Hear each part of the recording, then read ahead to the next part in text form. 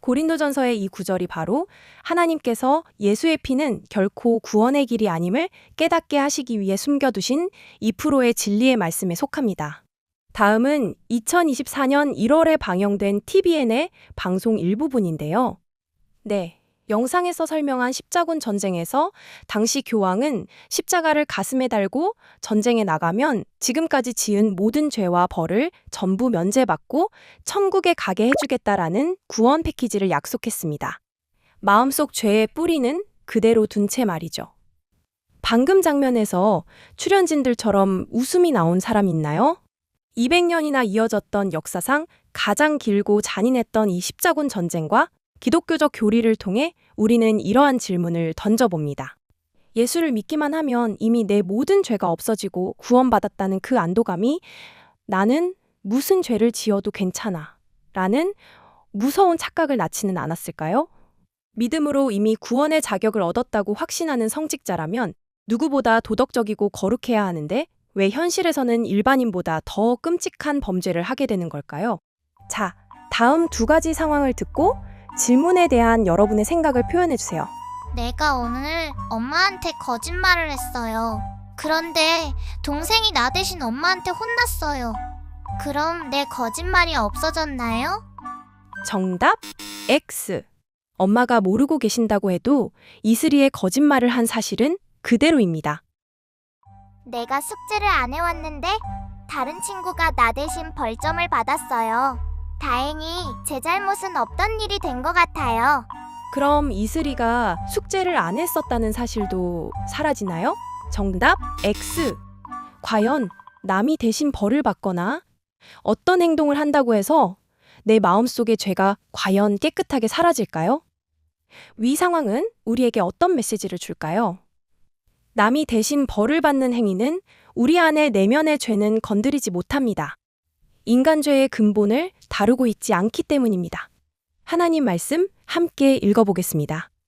죽을 것이 생명에게 삼킨 바 된다는 그 생명은 하나님의 신, 성신으로 완전히 화해야 피가 없는 존재가 되어야 구원 얻는다는 것을 내가 삽입한 거예요. 그런 거로 그런 추상적으로 구원 얻는 것 아닌 것 아세요? 그저 그 십자가의 피, 썩는 근본인 그거 가지고 구원 얻는다는 게 허풍인 것 아세요? 구원은 예수의 피로 씻음 받았다는 추상적인 믿음이 아닙니다. 구원을 받아 영원한 삶을 산다는 것은 그보다 간단하지 않은 고차원적인 마음과 행동의 변화가 필요하기 때문입니다. 그렇다면 우리 인간이 죄를 근본적으로 해결하고 진정한 구원을 얻으려면 어떻게 해야 할까요? 처음 천부교회를 다니게 되며 죄의 근본 문제에 대한 깨달음을 얻게 된 임부옥 권사님의 신앙체험기를 들으며 함께 생각해 보겠습니다. 저는 부모님 모두 기독교인 가정에서 태어나 왕십리 감리교회를 다니고 있었습니다. 예전에는 죄에 대해 깊이 고민하기보다 그저 예수만 믿으면 무조건 천국에 간다고 당연하게 여겼습니다. 그런데 천부교회에서 하나님 말씀을 들으며 처음으로 물었습니다. 죄를 용서받는 것과 죄가 사라지는 것 과연 같은 걸까? 눈과 마음, 생각으로도 죄를 짓지 않는 자율법을 지켜야 구원을 얻을 수 있다고 하신 하나님 말씀을 배우며 비로소 구원의 길이 이 진리 속에 있음을 깨닫게 되었습니다.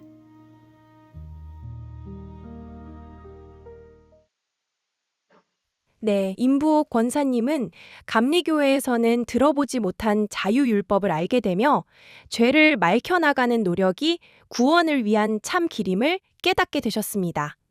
자, 여러분, 마당에 잡초가 났을 때 어떻게 없애나요? 이렇게 잎만 뚝 떼어내면 없어질까요?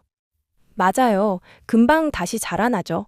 잎을 아무리 떼어내도 뿌리가 살아있는 한 잡초는 사라지지 않습니다. 인간의 죄도 이 이파리와 같아요. 나쁜 말, 나쁜 행동, 이건 눈에 보이는 이파리예요. 뿌리는 숨은 마음입니다.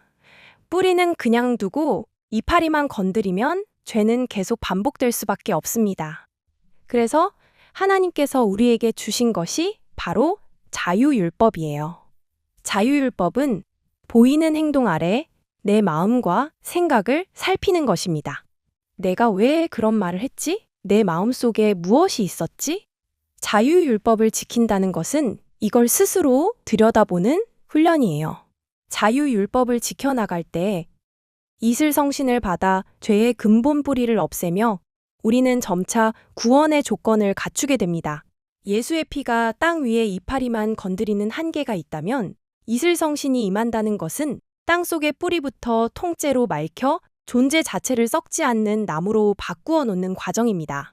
죄를 용서받는 것과 죄를 씻어내는 것은 다르기 때문입니다. 오늘 우리는 예수의 피, 썩을 것으로는 죄를 씻을 수 없다는 하나님 말씀을 통해 예수의 피로 구원을 얻는다는 교리의 허구성과 그 한계를 짚어보았습니다. 죄의 뿌리를 그대로 두는 기독교와 그 근본 뿌리를 맑히는 천부교, 자유율법의 가치가 이제 확연히 비교가 되시나요?